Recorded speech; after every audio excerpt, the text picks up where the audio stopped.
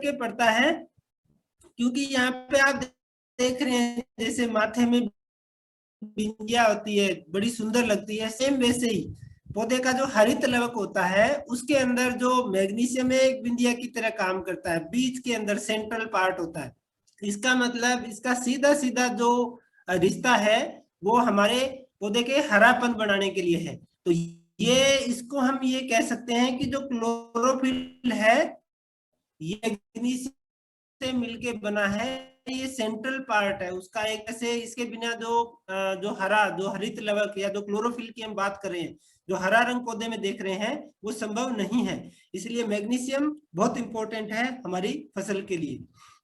इसको धरती के ऊपर जितने भी एलिमेंट्स या न्यूट्रिएंट्स, एलिमेंट्स जिनको मानते हैं, न्यूट्रिएंट्स भी कहते हैं, एलिमेंट्स भी कहते हैं, उसमें आप देखेंगे ये 2.33%, यानी जो 10 मोस्ट जो एलिमेंट चाहिए उसमें से एक जो है वो हमारा मैग्नीशियम है। इसका मतलब मैग्नीशियम बड़ा जरूरी है।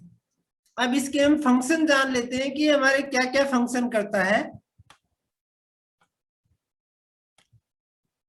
तो मेन जो क्लोरोफिल का पार्ट है ही, उसके बाद में बहुत सारे ऐसे जो एंजाइम होते हैं, जैसे एंजाइम हार्मोन हमारे अंदर होते हैं, सेम वैसे पौधे के अंदर होते हैं। पौधे का जीवन और हमारे जीवन में कोई ज्यादा डिफरेंस नहीं है, उसकी अपनी लाइफ है, हमारी अपनी लाइफ है। Same enzyme, protein, amino acids, DNA, RNA हमारे अंदर होते हैं, सेम प्लांट्स के अंदर होते हैं। तो एंजाइम्स का जो इन्वॉल्वमेंट है इसका मैग्नीशियम का। इसके बाद में फोटोसिंथेसिस, कार्बोहाइड्रेट, फोटोसिंथेसिस क्यों? प्रकाश संश्लेषण, क्योंकि हरित लवक का वो पार्ट है, तो हरित लवक के कारण ही हमारा जो प्रकाश संश्लेषण है वो होता है। इसका मतलब इसका सीधा सीधा जो रिलेशन है वो प्रकाश संश्लेषण से भी हो गया। इसके अलावा जो कार्बोहाइड्रेट मेटाबॉलिज्म जो पौधे के अंदर होता है उसके अंदर, सिंथेसिस ऑफ न्यूक्लिक एसिड, ये जो डीएनए आरएनए पौधे के अंदर बनते हैं उनके अंदर, और ये उनका मूवमेंट करना ऊपर से नीचे की तरफ, नीचे से ऊपर की तरफ आना जाना पत्तियों में, ये पौधे में मोबाइल है। जैसे कल हम कैल्शियम के बारे में पढ़ रहे थे, थोड़ा कैल्शियम बड़ा आलसी सा था, ये आलसी नहीं है, ये एक जगह से दूसरी जगह पे पौधे में चला जाता है। जहां पे ऊपर की पत्तियों में अगर कमी हो गई तो ये नीचे की पत्तियों से ऊपर की पत्तियों में ट्रांसफर हो जाता है। और इसी वजह से बहुत सारे फोटोग्राफ्स आते हैं कि साहब पत्ते पीले पड़ रहे हैं। कहाँ के पड़ रहे हैं? नीचे के या मिड के या नीचे के जो मेच्योर लीफ है। इट मीन्स वो जो है मैग्नीशियम की डिफिशियंसी है। इसके अलावा ये क्या काम करता है? फास्फोरस के अपटेक में भी मदद करता है। इसका मतलब ये एक तरह से हम यूं कह सकते हैं कि फास्फोरस के साथ में इसकी दोस्ती है। और इसके अलावा कैरियर का काम हो ही गया है। अगर क्लोरोफिल के अंदर मैग्नीशियम कम हो गया, जो हरित लवक की हम बात कर रहे थे, तो वो जो एनर्जी जो सूरज से एनर्जी पौधे में आती है, जो फोटोसिंथेसिस प्रकाश संश्लेषण की क्रिया के लिए, वो जो एक्टिविटी है वो कम हो जाती है। बीच बीच में मैं थोड़ा सा बता दूं, काफी आप में से हो सकता है जैसे कह गेड़े वाले हो, किसी को थोड़ा ऊपर से जा रहा हो सकता है, जुड़े रहिएगा, आपको कुछ ना कुछ तो समझ में आएगा, जरूर समझ में आएगा। ये थोड़ा सा मैं बैलेंस करके चल रहा हूँ सभी के लिए। आप में से कई बहुत टेक्निकल भी किसान जुड़े हुए हैं, मुझे पता है। साइंटिस्ट भी हमारे साथ में जुड़ते हैं, केवीके से, एआरएस से, यूनिवर्सिटीज से। तो ये हम सबके लिए बड़ा सौभाग्य की बात है। तो इसलिए ये, क्योंकि थोड़ा अब हमको नेक्स्ट गियर गाड़ी का बदलना पड़ेगा, खेती के अंदर भी गियर को बदलना है, इसलिए मैं थोड़ा सा गहराई में जा रहा हूँ। और ये चीजें आपको बार बार मैं बताता रहूंगा, तो एक समय आएगा आप रट जाएंगे। आई थिंक मैं तीसरी या चौथी बार अभी ये क्लास ले रहा हूँ मैग्नीशियम की। तो जुड़े रहिएगा, आप इसमें परफेक्ट हो जाएंगे, आप प्लांट के डॉक्टर बन जाएंगे। इसके अलावा इसके और बहुत सारे छोटे छोटे काम हैं, जैसे शुगर, यानी शुगर का जो होती है पौधे में, उसका सिंथेसिस, स्टार्च का ट्रांसलोकेशन, पौधे में स्टार्च, जैसे स्टार्च एक मेन पार्ट होता है पौधे का, आलू में स्टार्च होती है, हम खूब सारे जो फूड ग्रेन्स खाते हैं उनमें स्टार्च होती है, तो उसका ट्रांसलोकेशन करना। ऑयल एंड फैट फॉर्मेशन, तो इसका मतलब ऐसी फसलें जिनमें ऑयल होता है, ऑयल वाली कौन कौन सी फसलें हैं? सरसों, आपकी मूंगफली, आपकी सोयाबीन, आपकी कपास, जो अभी कल परसों में क्लास ली थी, उनके लिए मैग्नीशियम और भी ज्यादा जरूरी हो जाता है, यानी उनको ज्यादा मात्रा में चाहिए। तो ये आपकी पैदावार को बढ़ाने के छोटे छोटे टिप्स हैं। आई थिंक मैग्नीशियम का मेरे को रेट पता नहीं है मार्केट में क्या होगा, लेकिन कोई एक रेट लिखना, जितना आप इसका होगा उससे ज्यादा 4-5 गुना 10 गुना आपको रिटर्न मिलेगा इसमें। तो जैसे बिजनेसमैन देखते हैं ना कि 100 रुपए लगाऊंगा तो कितना रुपए आने वाला है, सेम यहाँ पे भी आप 100 रुपए लगाओगे तो 1000 रुपए आने वाले हैं, ऐसा मेरा मानना है। तो मैग्नीशियम, क्योंकि मैंने ये देखा है बहुत सारे जो नॉर्मल किसान हैं, जो बाकी जो अच्छी खेती कर रहे हैं वो तो इसका यूज करते ही हैं, नॉर्मल किसान जो है वो मैग्नीशियम को इतना यूज नहीं करता है, सल्फर को भी यूज नहीं करता है। कैल्शियम तो फिर भी वो किसी न किसी फॉर्म में ऐड कर लेते हैं, जैसे जिप्सम वगैरह से। तो मैग्नीशियम और सल्फर को हम दरकिनार कर देते हैं, ऐसा नहीं करना है। बैलेंस न्यूट्रिशन जैसे ये करना हमको जरूरी है। तो ये बहुत सारी सब फसलों में काम देता है, लेकिन ऑयल सीड जो भी फसलें हैं उनमें इसका बहुत बड़ा रोल है। न्यूट्रिएंट अपटेक को कंट्रोल करता है ये। आयरन का यूटिलाइजेशन, आयरन भी जो एक माइक्रो न्यूट्रिएंट है, उसका ये यूटिलाइजेशन में मदद करता है, उसको बढ़ाता है। नाइट्रोजन फिक्सेशन, इसका मतलब जितनी दाल वाली फसलें हैं उनके लिए भी ये एक बहुत बड़ा पार्ट हो जाता है। इसीलिए मैं ये मानता हूं और मैं ये कहता भी हूं कि जब आप दलहनी फसलें लगाएं, उसके अंदर डीएपी की जगह आप एसएसपी का प्रयोग में लें। डीएपी की जगह एसएसपी दलहनी फसलों में। दलहनी कौन सी? जितनी भी मूंग है, गवार है, सोयाबीन है, आपका और बहुत सारी है, मूंगफली भी इवन उसी में आती है। क्योंकि एसएसपी जो सिंगल सुपर फास्फेट जो हम बेसल डोज में काम में लेते हैं, उसमें 16% फास्फोरस के साथ में 18% सल्फर भी होती है। तो इसलिए आप दलहनी फसलों में उसको काम में लेंगे तो सल्फर और ये मैग्नीशियम, ये उनकी पूर्ति इसमें हो जाएगी। प्लस एसएसपी की जो बात कर रही थी मैं, फिर मेरे दिमाग से निकल जाएगा। मैं ऐसा मार्केट में मैंने देखा है कि जो एसएसपी को हम ज्यादा इसलिए काम में नहीं ले रहे क्योंकि वो बहुत सारे किसानों का फीडबैक है, इवन फीडबैक क्या मैंने खुद ने भी देखा है, 6 महीने बाद में भी खेत जब खोदते हैं तो वो दाने ऐसे कैसे पड़े रहते हैं सिंगल सुपर फास्फेट के। तो मार्केट में ये पाउडर फॉर्म में भी आ रहा है अभी, जो सिंगल सुपर फास्फेट है, तो आप उसको काम में ले सकते हैं। पाउडर फॉर्म वाले में वो आपकी प्रॉब्लम दूर हो जाएगी, और मैंने सुना है कि वो थोड़ा सा सस्ता भी है, तो आप उस पे जा सकते हैं। अब इसके बारे में थोड़ा और जानते हैं कि ये क्या है, फास्फोरस कैसे ये काम करता है। ये एक्सचेंज साइट के ऊपर जो है, जैसे मैंने कल भी मैं बता रहा था, प्लस और माइनस वालों में, तो इसका जो मिट्टी के साथ जो बॉन्ड होता है वो थोड़ा सा मजबूत कम होता है। जैसे मैंने कल 4 हम देखे थे, एक अमोनियम NH4 देखा था, एक हमने मैग्नीशियम देखा था, एक हमने कैल्शियम देखा था, एक हमने पोटास देखा था। तो उसमें जो सबसे जो मजबूत जो हट्टा कट्टा था वो था अमोनियम NH4। वो सबसे पहले आगे गेट के आगे खड़ा हो जाता है कि मेरे को पहले जाना है, ये बेचारे कमजोर रह जाते हैं। मैग्नीशियम भी एक उन्हीं में से है। पोटास ज्यादा मजबूत है, NH4 के बाद में पोटास है, फिर आपका मैग्नीशियम कैल्शियम का नंबर आता है। तो ये एक्सचेंजेबल साइट का मतलब मिट्टी के कणों के आसपास जैसे एक तरह से बहुत सारे दरवाजे हैं, और उन दरवाजों पे जितने पोषक तत्व हम देते हैं ये लाइन लगा के खड़े हैं टीका लगवाने के लिए, अंदर जाने के लिए। तो वो किसके लिए गेट पहले खुलता है? मेरे जैसा कोई कमजोर रह जाता है, कोई पहलवान आ गया तो डर के वो मेरे जैसा तो पहले ही पीछे हो जाता है। तो ये थोड़ा सा कमजोर है, इसका जो बॉन्ड है मिट्टी के साथ में कमजोर है, मतलब ये धीरे उसके अंदर जाता है। एसिडिक सोयल के अंदर ये थोड़ा सा ज्यादा सोल्यूबल है, और जो इसका एल्युमिनियम और मैग्नीज जो है ये थोड़ा ज्यादा होने के कारण इसके जो अपटेक को रिड्यूस कर देते हैं। किसके? ये हम आगे पीएच पढ़ेंगे उसके अंदर भी देखेंगे। पॉजिटिव वाला जैसे मैंने अभी बताया ही था, सीसी जो रेतीली मिट्टी है, क्योंकि उसकी कैटायन एक्सचेंज कैपेसिटी वहां दरवाजे कम है तो लाइन बड़ी लगती है। तो सैंडी सॉइल या रेतीली मिट्टी में ये कम होल्ड कर पाती है उसको मैग्नीशियम को। इसके और फैक्ट्स क्या है? High availability of calcium, potash and magnesium lead to strong decrease in magnesium, ये भी बताया। ये रिसर्च पे हुआ है। इसके अलावा जो इसका 0.05 से लेके 0.5 के आसपास कंसंट्रेशन होना चाहिए। ये मैं आपको आगे भी इसको वो करूंगा, एक्सप्लेन करूंगा। एक्सचेंजेबल और जैसे सोडियम और मैग्नीशियम के सब जो जितने भी न्यूट्रिएंट होते हैं, अभी मेरी रविंद्र जी से बात हो रही थी, छाबड़ा साहब से, बीकानेर से कॉल आया था, काफी उन्होंने आधे घंटे डिस्कशन हुआ, यही चल रहा था वहां पे कि एक्सचेंजेबल साइट्स रहती है। जितने भी न्यूट्रिएंट होते हैं ये एक्सचेंजेबल, जैसे कोई दरवाजे के बिल्कुल पास खड़ा है तो कोई थोड़ा दूर खड़ा है, कोई उससे ज्यादा दूर खड़ा है, तो मिनरल सॉल्यूशन होता है, सोइल सॉल्यूशन होता है और एक्सचेंजेबल साइट आ जाती है।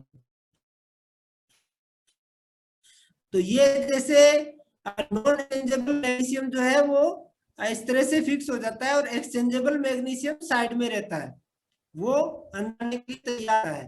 तो ये इनकी कंसंट्रेशन हर न्यूट्रिएंट की इस तरह से रहती है। एक्सचेंजेबल मतलब रेडिली अवेलेबल, जो पौधे को तुरंत मिल जाता है, और ये नॉन एक्सचेंजेबल मतलब इसका नंबर अभी नहीं आने वाला है। जैसे पहले 45 ईयर से पहले वालों का नंबर आया था टीका लगाने में, फिर अभी 18 से 45 कर दिया, अभी फिर हो सकता है उसको ऐसे कर दे। तो इस तरह से एक्सचेंजेबल और नॉन एक्सचेंजेबल न्यूट्रिएंट्स मिट्टी में रहते हैं। ये हालांकि मैंने कल भी दिखाई थी, ये प्रतीकात्मक है, हालांकि इस पे खूब सारे आपको रिसर्च, खूब सारे पेपर मिलेंगे, मैंने भी काफी सारे देखे कि कैसे पौधा न्यूट्रिएंट लेता है, और ये एक थोड़ा सा मेरे को रिलायबल लगा, हालांकि अलग अलग है।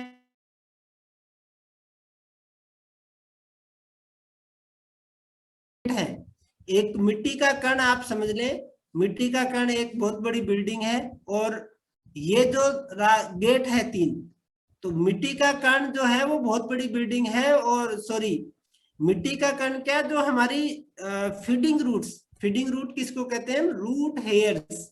जैसे हमारे छोटे छोटे बाल हैं, ऐसे ही जो हमको जड़ दिखाई देती है वो तो एक तरह से बहुत मोटी है, उस जड़ के ऊपर भी छोटे छोटे रूट हेयर्स होते हैं, या उनको रूट एयर्स या फीडिंग रूट्स कहते हैं।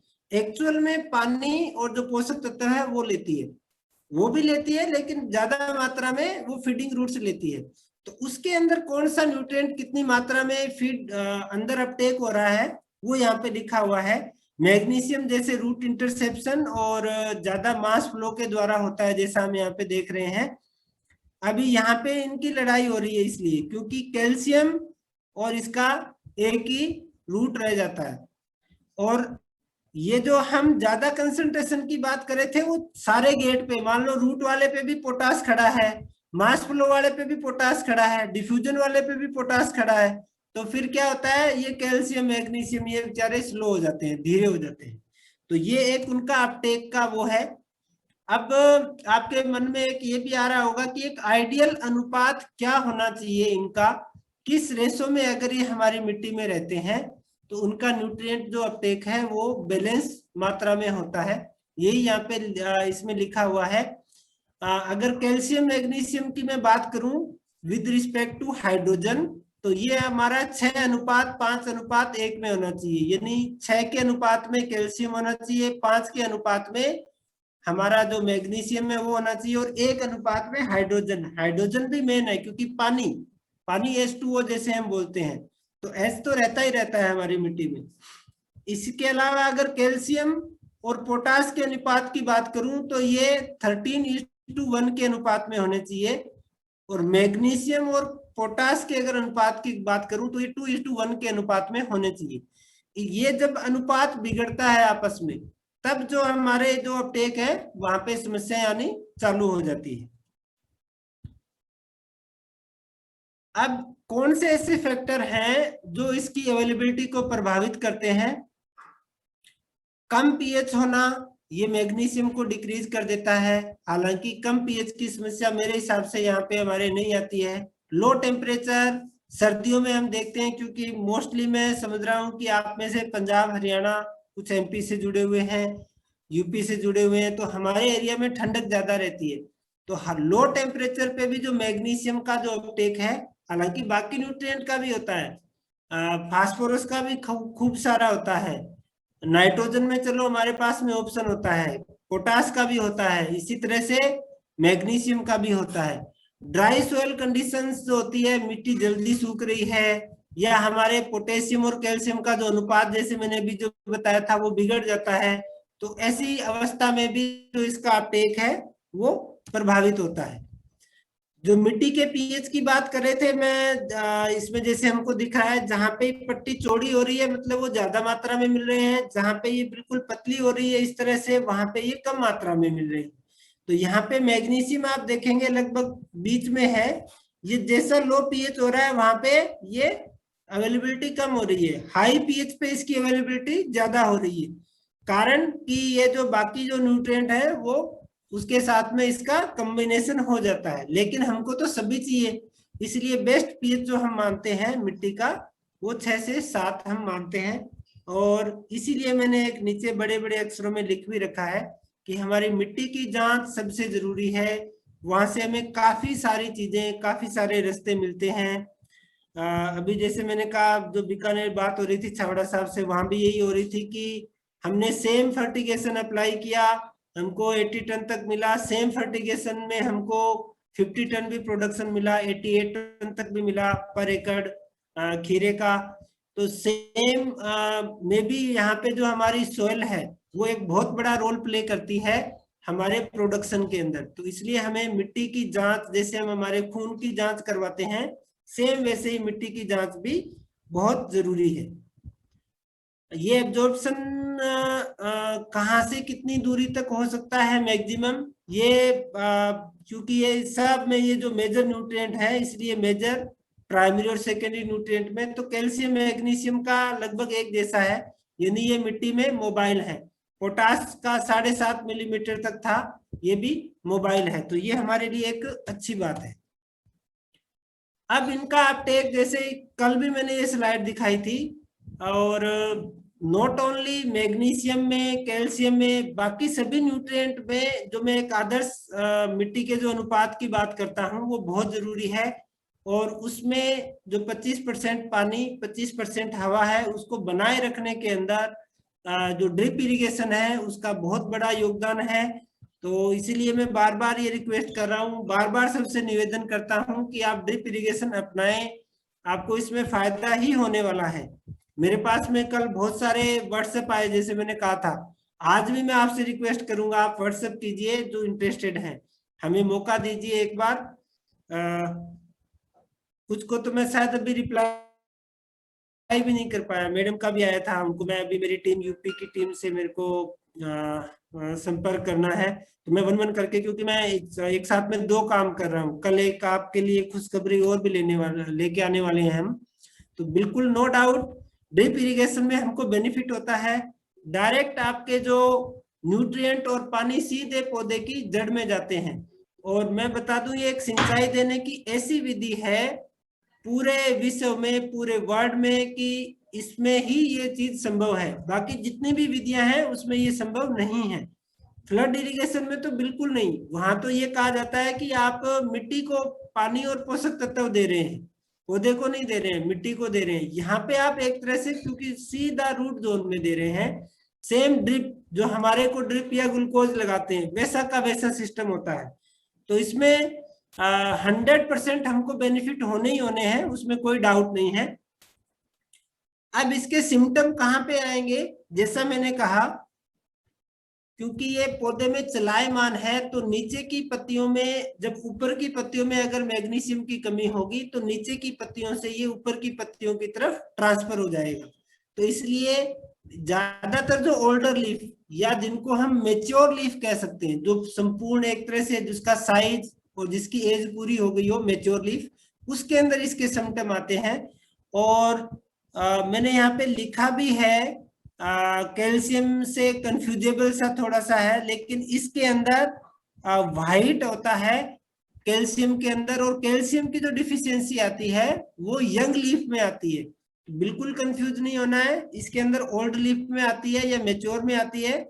और कैल्शियम क्योंकि बड़ा इमोबाइल है, जम जाता है एक जगह पे, इसलिए इसकी जो डिफिशियंसी है वो यंग लीफ पे आती है और इसकी पुरानी पत्तियों में आती है। जो इसके सिम्टम आने के जो लक्षण हैं वो लगभग एक जैसे हैं। इसमें थोड़ा व्हाइटिश कलर रहता है कैल्शियम के अंदर, और मैग्नीशियम के अंदर ऐसे पीलापन आना चालू हो जाता है। तो ये हम कह सकते हैं कि ये मैग्नीशियम की डिफिशियंसी है। इस तरह से भी आपको लक्षण दिखाई देंगे। अभी आप यहाँ पे देखें, इसके अंदर आपको दिखाई दे रहे हैं ये भी कुछ सिट्रस की पत्तियां हैं जिसके अंदर आपको दिखाई दे रहे हैं, ये गोभी की पत्तियां हैं, ये भी कुछ क्रॉप है, I think may be some berries crop है, जिसके अंदर आपको ये किनारों पे पीलापन, और ये पौधे के अंदर इस तरह से जो दो पत्तियों की जो दो सिराएं हैं उनके बीच का जो भाग है, वेन को छोड़ के, सिराओं को छोड़ के, वहां पे इस तरह से पीलापन आना चालू हो जाता है। तो ये मैंने इसकी खास करके ये फोटो लगाई है ताकि आपको, क्योंकि आप में से खीरा वाले जो हैं वो ज्यादा जुड़े हुए हैं। ये मिर्ची में आप देखेंगे, देखिए आप, ये पुरानी पत्तियां हैं, तो यहाँ पे आपको इस तरह के सिम्टम दिखाई दे रहे हैं। तो यहाँ से जो मैग्नीशियम था वो ट्रांसलोकेट हो गया ऊपर की पत्तियों में, तो इसलिए हमको नीचे की पत्तियों में इस तरह के सिम्टम दिखाई देते हैं। पहली चीज मैं आपको रटा दूंगा, जैसे कहते हैं 4 ही पोषक तत्व ऐसे हैं, एनपीके और मैग्नीशियम, जिनकी सिम्टम जो है पुरानी पत्तियों में या मेच्योर लीफ में आते हैं, क्योंकि ये पौधे के अंदर चलायमान है, मोबाइल जिसको कहते हैं, मोबाइल है। तो इस तरीके से आप देख सकते हैं, ये अलग अलग क्रॉप है, बार्ले, व्हीट, इनके अंदर इस तरह से आपको सिम्टम दिखाई दे सकते हैं। ये कुछ ग्रेप वाइन के हैं, एप्पल के हैं, एप्पल में इस तरह के आपसे हिमाचल से भी शायद जुड़े हुए हैं, केला है इसके अंदर, रेस्पबेरी, ब्लैकबेरी जो होते हैं उनके अंदर इस तरह के, मेनली आप जैसे देखेंगे सब में आपको इस तरह का लक्षण दिखाई देगा। और सेम इसी तरह के सिम्टम्स जब हम आयरन पढ़ेंगे, माइक्रोन्यूट्रिएंट, उसमें भी आएंगे, लेकिन आयरन पौधे में इमोबाइल है तो उसके यंग लीफ पे आएंगे, इसके ओल्ड लीफ पे आएंगे। तो ये थोड़ा सा इनको हमको डिफरेंशिएट करना है। फिर भी मैं बैठा हूं आपके लिए, आप कहीं कंफ्यूज हो, मोस्ट वेलकम, आप मेरे को व्हाट्सएप कीजिएगा, मैं नंबर शेयर करूंगा।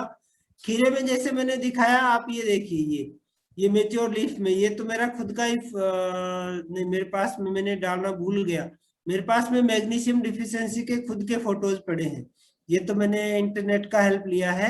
ये टोमेटो में इस तरह से आता है, पी में इस तरह से आता है, बेल पेपर, शिमला मिर्च जिसको हम कहते हैं, उसमें इस तरह से सिम्टम दिखाई देते हैं। तो ये अगर आपकी ऐसे सिम्टम दिखाई दें तो आप समझ जाएं कि वो मैग्नीशियम की डिफिशियंसी हो सकती है। टोबैको में इस तरह से आते हैं, पत्तियां नीचे की तरफ हो जाती है। ये जो लास्ट के 2 फोटो है, ये कॉफी है। कॉटन के अंदर थोड़ा सा अलग सिम्टम आता है इसमें, और ये जो सिम्टम है ये रिजेंबल करता है कई बार एक जेसिड का अटैक भी कॉटन में आता है, उससे इसमें पत्तियां ऐसे लाल रंग की हो जाती है। और कॉटन बड़ी हैवी फीडर है मैग्नीशियम की, जब मैंने कॉटन की क्लास ली थी उसमें भी बताया था। तो कॉटन के अंदर अगर इस तरह के लाल धब्बे, सेम वही जो सिराओं को छोड़ के जो बीच वाला सिरा है, अगर वो ऐसा हो रहा है तो हो सकता है वो मैग्नीशियम की कमी हो सकता है वो जो जेसिड मैंने बताया था उसकी भी कमी हो। तो ये हमको निश्चित करना है। अब इसके सोर्स क्या हैं मैग्नीशियम के? बहुत सारे हैं, जैसे ये सल्फेट फॉर्म में है,